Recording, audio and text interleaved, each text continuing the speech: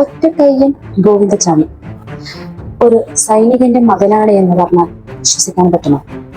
ഇല്ല അല്ലെ? എന്നാൽ അതെ, തമിഴ്നാട്ടിലെ വിരുദ്ധാചലം കടലൂർ ജില്ലയിൽ ഒരു സൈനികന്റെ മകനായിട്ടാണ് ഗോവിന്ദചാമി ജനിച്ചത്. കുടുംബത്തിന്റെ പൂർവിക സ്വത്ത് വിട്ടു വച്ച അയാൾ ഗുണ്ടാ പണിയിലേക്ക് തിരിഞ്ഞു. അങ്ങനെ സൈനികനായ ആ വ്യക്തി നാട്ടിലെ അറിയപ്പെടുന്ന കള്ളനായി. എല്ലാം വിട്ടുതുവച്ച അവർ സമത്വപുരത്തെ ചെറിയൊരു കുടിലിലേക്ക് മാറി. അച്ഛന്റെ ക്രൂര പീഡനവും മദ്യപാനവും കാരണം അമ്മ മാനസിക രോഗിയായിട്ട് മാറി. അങ്ങനെ അവർ തെരുവുകളിൽ അലയാൻ തുടങ്ങി. ഒരു റോഡപകടത്തിൽ ആ സ്ത്രീ മരിച്ചു. പിന്നീട് ഗോവിന്ദചാമിയുടെ പിതാവും ഇതുപോലെ ഒരു റോഡപകടത്തിൽ മരണപ്പെടുകയാണ് ഉണ്ടായത്. പിതാവിനെ കണ്ടുവളർന്ന ചാമയും ചാമയുടെ സഹോദരനും ചെറിയ ചെറിയ മോഷണങ്ങളൊക്കെ ചെയ്യാൻ തുടങ്ങി. അങ്ങനെ നാട്ടിലെ കള്ളന്മാരായിട്ട് അവരും മാറി. മാതാപിതാക്കൾ നഷ്ടപ്പെട്ട ചാമയും സഹോദരനും ക്രിമിനൽ പ്രവർത്തികൾ ചെയ്യാൻ തുടങ്ങി. അങ്ങനെ ട്രെയിനിൽ മോഷണം, മാലപൊട്ടികൾ, പിടിച്ചുപറി തുടങ്ങിയ പ്രവർത്തികളിലേക്ക് അവർ ഏർപ്പെട്ടു. പകൽ കൊള്ളയിലേക്കും കഞ്ചാവ് കടത്തലും നടത്തി. കുട്ടിക്കാലത്തെ പടക്കം പൊട്ടിക്കുമ്പോൾ നഷ്ടപ്പെട്ടതാണെന്ന്, തമിഴ്നാട്ടിലെ കവർച്ച സംഘവുമായുള്ള ഏറ്റുമുട്ടലിൽ നഷ്ടപ്പെട്ടതാണെന്ന് പറയപ്പെടുന്നു. അമിതമായ ലൈംഗികാസക്തിയുള്ള വ്യക്തിയാണ് ഗോവിന്ദചാമി, സെക്സ് സൈക്കോ.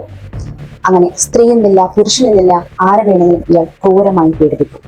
തമിഴ്നാട്ടിലെ പല ചേരികളിലും ഇയാൾ സ്ത്രീകൾക്കായി തിരച്ചിലുകൾ നടത്തിയിട്ടുണ്ട്. തന്റെ സംഘത്തിലെ ഒരാളുടെ ഭാര്യയെ തന്നെ അയാൾ പീഡിപ്പിക്കുകയും അയാളാണ് ഗോവിന്ദചാമിയുടെ കൈവിട്ട് മാറ്റിയത് എന്നും പറയപ്പെടുന്നു. പിന്നീട് അയാൾ മുംബൈയിൽ എത്തിച്ചേരുകയും ഇത്തരത്തിലുള്ള പ്രവർത്തികൾ തന്നെ അവിടെയും ചെയ്യാൻ തുടങ്ങി. പനവേൽ ഗ്യാങ് എന്ന ഒരു കുപ്രസിദ്ധ റോബറി സംഘം തന്നെ മുംബൈയിലുണ്ട്. മുംബൈ മുതൽ കേരളം വരെയുള്ള ട്രെയിൻ റോബറി സംഘമാണ് ഇത്. ഒറ്റ ബ്ലേഡ് മാത്രം കൊടുത്തയച്ച് കുട്ടികളെ അടക്കം ട്രെയിനിലേക്ക് പറഞ്ഞയച്ച് വൻ തുക കൈപ്പറ്റുകയാണ് ഇവരുടെ ലക്ഷ്യം. പിടിക്കപ്പെട്ടാൽ വിസർജ്യം എറിഞ്ഞ് പ്രതിരോധിക്കുകയും ചെയ്യും. എന്തും ചെയ്യാൻ മടിയില്ലാത്തവർ. ഇതൊക്കെയാണ് ഗോവിന്ദചാമി. എന്നാൽ നമ്മൾ എങ്ങനെയാണ് ഗോവിന്ദചാമിയെ അറിയാൻ തുടങ്ങിയത്? 2011 ഫെബ്രുവരി 1 സൗമ്യ എന്ന പെൺകുട്ടിയെ അതിക്രൂരമായി പീഡിപ്പിച്ച് കൊലപ്പെടുത്തിയ ആൾ എന്ന രീതിയിലാണ് നമ്മൾ അയാളെ അറിഞ്ഞു തുടങ്ങിയത്. തൃശൂരിലെ ഷൊർണൂറിനടുത്തുള്ള കഞ്ചക്കാട് സ്വദേശിയായ 23 വയസ്സുള്ള യുവതിയാണ് സൗമ്യ. കൊച്ചിയിലെ ഒരു ഷോപ്പിംഗ് മാളിൽ സെയിൽസ് അസിസ്റ്റന്റായി ജോലി ചെയ്യുകയായിരുന്ന സൗമ്യ കുടുംബത്തിന്റെ ഏക ആശ്രയമായി. 2021 ഫെബ്രുവരി 1 രാത്രി ജോലി കഴിഞ്ഞതിന് ശേഷം സൗമ്യ എറണാകുളത്ത് നിന്നും ഷൊർണൂറിലേക്ക് പോകുന്ന പാസഞ്ചർ ട്രെയിനിൽ കയറി.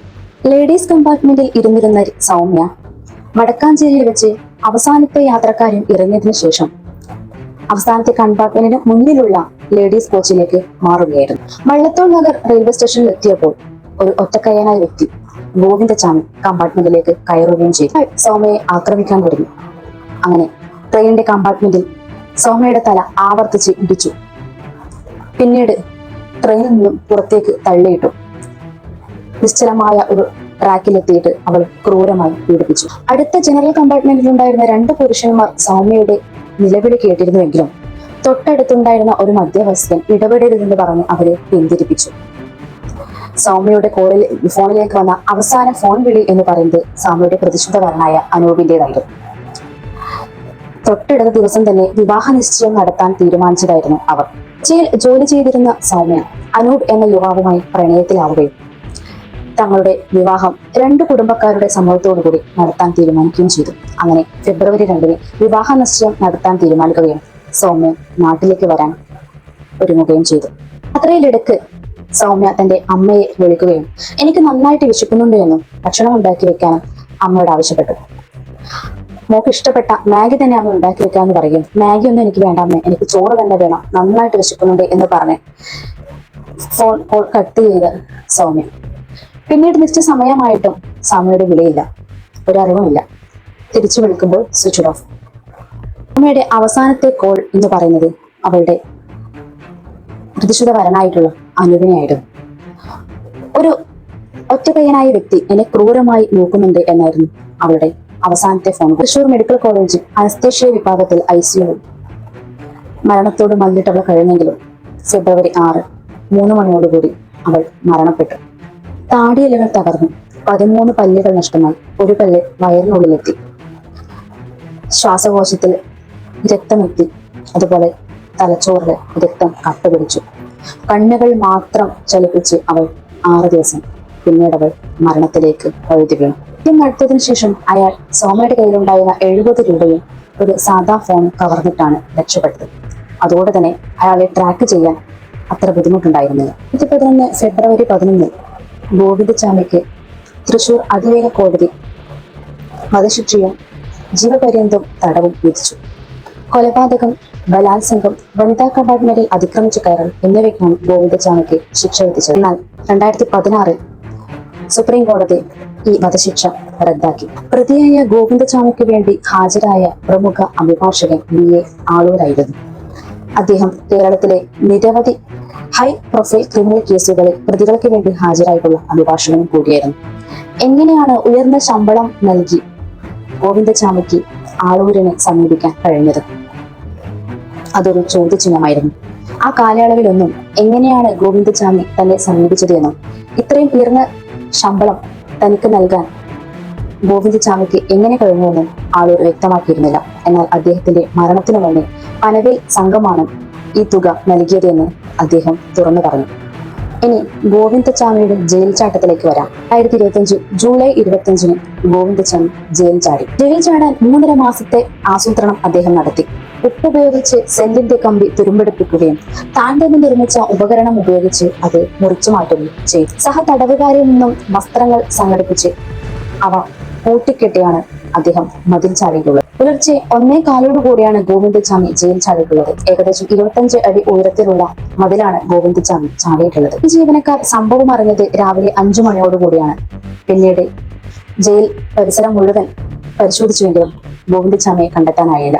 അങ്ങനെ 7 മണിയോടുകൂടി പോലീസിനെ അറിയുകയും മറ്റ് മീഡിയകളിലും വാർത്ത വരുന്നു. റെയിൽവേ സ്റ്റേഷൻ, ബസ് സ്റ്റാൻഡ്, അതിർത്തി പ്രദേശങ്ങൾ എന്നിവിടങ്ങളിലൊക്കെ പരിശോധന നടത്തുകയും സുരക്ഷകൾ ഏർപ്പെടുത്തുകയും 5.5 മണിക്കൂറിന് ശേഷം കണ്ണൂർ തളാപ്പിലെ ഒരു ആളൊഴിഞ്ഞ കെട്ടിടത്തിന്റെ കിണറ്റിൽ ഒളിച്ചിരിക്കുകയായിരുന്നു ഗോവിന്ദചാമി. അങ്ങനെ നാട്ടുകാരുടെ സഹായത്തോടു കൂടി ഗോവിന്ദചാമിയെ പിടികൂടി. 3 പ്രിസൺ ഓഫീസർമാരെയാണ് സസ്പെൻഡ് ചെയ്തത്. ഗോവിന്ദചാമി മാസങ്ങളായി ജയിൽ ചാടാനുള്ള പ്ലാനിംഗ് ആയിരുന്നു. ചോറ് ഉപേക്ഷിച്ച് ചപ്പാത്തി മാത്രം കഴിച്ച് തന്റെ ശരീരഭാരം കുറച്ചു. ഇൻഫെക്ഷൻ ആണെന്ന് പറഞ്ഞിട്ട് ഷേവ് ചെയ്യാൻ അനുവദിക്കാതെ താടി വളർത്തി. ചാമിയുടെ കുറച്ച് ലീലാവിലാസങ്ങൾ കേൾക്കാം. കണ്ണൂർ ജയിലിൽ ഉണ്ടായിരുന്ന സമയത്ത് ബിരിയാണി കിട്ടിയില്ല എന്ന് പറഞ്ഞ് പ്രതിഷേധം നടത്തിയ വ്യക്തിയാണ് ഈ ഒറ്റക്കയ്യൻ ഗോവിന്ദചാമി. മാത്രമല്ല ലഹരി പദാർത്ഥങ്ങളും അതുപോലെ ഫോണും ഒക്കെ അവിടെ ഉപയോഗിച്ചിരുന്നു എന്നും പറയപ്പെടുന്നുണ്ട്. അത് മാത്രമല്ല ജോലിയിൽ ഇരിക്കുന്ന ഒരു പ്രിസൺ ഓഫീസറെ ഭീഷണിപ്പെടുത്തുകയും എപ്പോഴെങ്കിലും ജയിൽ ചാടിയിട്ടുണ്ടെങ്കിൽ തന്റെ മുന്നിൽ വെച്ച് തന്നെ കുടുംബത്തെ ക്രൂരമായി പീഡിപ്പിക്കുകയും ചെയ്യുന്നു ഭീഷണിപ്പെടുത്തി. അദ്ദേഹം പറയുന്നുണ്ട്, ഒരു ദിവസം ഉള്ള പ്ലാവില് ഇയാള് ചാടി കയറിയിട്ടുണ്ടെന്ന്. ഒറ്റക്കയ്യനാണെങ്കിലും ഇയാൾക്ക് ഇതൊക്കെ നിസ്സാരമാണ്. വൈദ്യപരിശോധനയിൽ ഉത്തേജനം സംഭവിച്ച സെക്സ് സൈക്കോ, അതീവ ലൈംഗികാസക്തിയുള്ളവൻ, നാടിനും നാട്ടുകാർക്കും മൃഗങ്ങൾക്കും അടക്കം ഭീഷണിയായ ഇവനെ എന്തിനാണ് ഇങ്ങനെ പോറ്റു വളർത്തുന്നത്? കടവാനുള്ള മെയിൻ ഉദ്ദേശം എന്ന് പറയുന്നത് പൂജപ്പുര സെൻട്രൽ ജയിലായിരുന്നു. സുഖവാസത്തിന് വന്നതാണോ കണ്ണൂർ ജയിലിലേക്ക്? ഇവിടെ സൗകര്യങ്ങൾ പോരാ എന്നതുകൊണ്ട് അവന് പൂജപ്പുര സെൻട്രൽ ജയിലിലേക്ക് പോകാൻ വേണം. അതിനു വേണ്ടിയാണ് ജയിൽ ചാടി വന്നത്. എന്തായാലും അങ്ങനെ വിയൂരിലേക്ക് ഗോവിന്ദചാമിയെ മാറ്റുകയും നല്ല മട്ടൻ ബിരിയാണി കൊടുത്ത് തന്നെ അവനെ വരവേൽക്കുകയും ചെയ്തു. എനിക്ക് ഒന്നേ ചോദിക്കാനുള്ളൂ, എന്തിനാണ് ഈ നരാധമനെ ഇങ്ങനെ പോറ്റു വളർത്തുന്നത് എന്ന്? വിയൂരിലായാലും കണ്ണൂരിലായാലും പൂജപ്പുരയിലായാലും അയാൾക്ക് തിന്നും ഉറങ്ങിയും ജീവിക്കാനുള്ള വഴിയായി. പണിക്ക് പോകണ്ട, വീട്ടുകാരെ കുറിച്ച് ചിന്തിക്കേണ്ട, നാട്ടുകാരെ കുറിച്ച് ചിന്തിക്കേണ്ട, കുടുംബമില്ല, കുട്ടികളില്ല, ഒന്നുമില്ല, ഒന്നിനെ കുറിച്ചും ആവലാതിയുമില്ല. ഗോവിന്ദചാമി ജയിൽ ചാടിയാൽ അറിഞ്ഞപ്പോൾ ആദ്യം ഒന്ന് ഞെട്ടിയെങ്കിലും പിന്നീടൊന്ന് ആശ്വസിച്ചു. നാട്ടുകാർ അവനെ തീർത്തെങ്കിലും പാപ്പിലെ ഒഴിഞ്ഞ ഒരു കെട്ടിടത്തിന്റെ കിണറ്റിൽ ഒളിച്ചിരിപ്പുണ്ട് എന്ന് അറിഞ്ഞപ്പോൾ വിചാരിച്ചു ആ കിണറ്റിൽ വീണത് ചത്തിരുന്നുവെങ്കിലെന്ന്. കിണറ്റിൽ നിന്ന് ഒഴിച്ചയച്ചു അതിന് പുറത്തിട്ടു. സത്യം പറഞ്ഞാൽ അപ്പോഴുണ്ടായിരുന്ന കടുത്ത നിരാശയായിരുന്നു. ജനങ്ങളുടെ കയ്യിലേക്ക് കിട്ടിയില്ലല്ലോ എന്ന് മാത്രം സസ്പെൻഡ് ചെയ്തിട്ട് എന്ത് കാര്യമാണ്? CCTV നിരീക്ഷണത്തിലായിരിക്കുന്ന സമയത്ത് തന്നെ ഗോവിന്ദചാമി രക്ഷപ്പെട്ടതും ആരുടെ അനാസ്ഥയാണ്? ജനങ്ങളുടെ കൈകൊണ്ട് അവൻ തീരുമായിരുന്നു. അതോടെ സൗമ്യക്കും സൗമ്യയുടെ അമ്മയ്ക്കും നമ്മുടെ നാട്ടുകാർക്കും കേരളത്തിലോ ഒട്ടാകെ സന്തോഷമാകുമായിരുന്നു. ജനങ്ങളുടെ ആവശ്യങ്ങൾക്ക് വിലയില്ലാതെയായി, ഒരമ്മയുടെ കണ്ണീരിന് വിലയില്ലാതെയായി, നാട്ടുകാരും ആഗ്രഹിക്കുന്ന ഒരേ ഒരു കാര്യം ഗോവിന്ദച്ചാമിയുടെ മരണമാണ്. എന്തുകൊണ്ട് അത് നടപ്പാക്കുന്നില്ല? ഇത്രയും ക്രൂരനായ, സമൂഹത്തിന് ഭീഷണിയായ ഈ നരാധവന് എന്തിനിങ്ങനെ ആയുസ് കൊടുക്കുന്നു? എന്തിനിങ്ങനെ പോറ്റി വളർത്തുന്നു? സാങ്കേതിക വിദ്യകളൊക്കെയുള്ള ജയിലിൽ എന്തുകൊണ്ടാണ് പ്രവർത്തനരഹിതമായ വൈദ്യുതി ബിൽ ശരിയാക്കാതിരുന്നത്? അതും ആരുടെ അനാസ്ഥയാണ്? ഈ പോരാട്ടം നടത്തിയ ഗോവിന്ദച്ചാമി പെട്ടെന്ന് ചപ്പാത്തിയിലേക്ക് മാറുമ്പോൾ സംശയം തോന്നിയില്ലേ നിങ്ങൾക്ക്? പ്രധാന ഹോബിയാണ് തന്നെ എതിർത്തവര് നേരേക്ക് വിസർജ്യം എറിയുക എന്നത്. അതുകൊണ്ട് തന്നെ ഇവനെ പരിശോധിക്കാൻ പ്രിസണർമാർക്കൊക്കെ ഭയവും അറുപ്പുമായിരുന്നു. നമ്മുടെ നിയമമൊക്കെ ഇത്രയേ ഉള്ളൂ എന്ന് തോന്നിയ ഇതുപോലുള്ള എത്ര ഗോവിന്ദച്ചാമികൾ നമ്മുടെ സമൂഹത്തിൽ ചുറ്റുപാടും ജീവിച്ചിരിക്കുന്നുണ്ടാവും. അവരുടെയൊക്കെ മനസ്സിൽ എന്തായിരിക്കും? നിയമമൊക്കെ ഇത്രയേ ഉള്ളൂ, ശിക്ഷകളൊക്കെ ഇത്രയേ ഉള്ളൂ എന്നായിരിക്കില്ലേ? ഇനി അവൻ ജയിൽ ചാടില്ല എന്ന് എന്താണ് ഉറപ്പ്? അഥവാ ഇനി അവൻ ജയിൽ ചാടിയിട്ടുണ്ടെങ്കിൽ ആർക്കൊക്കെയാണ് അവൻ ഭീഷണി?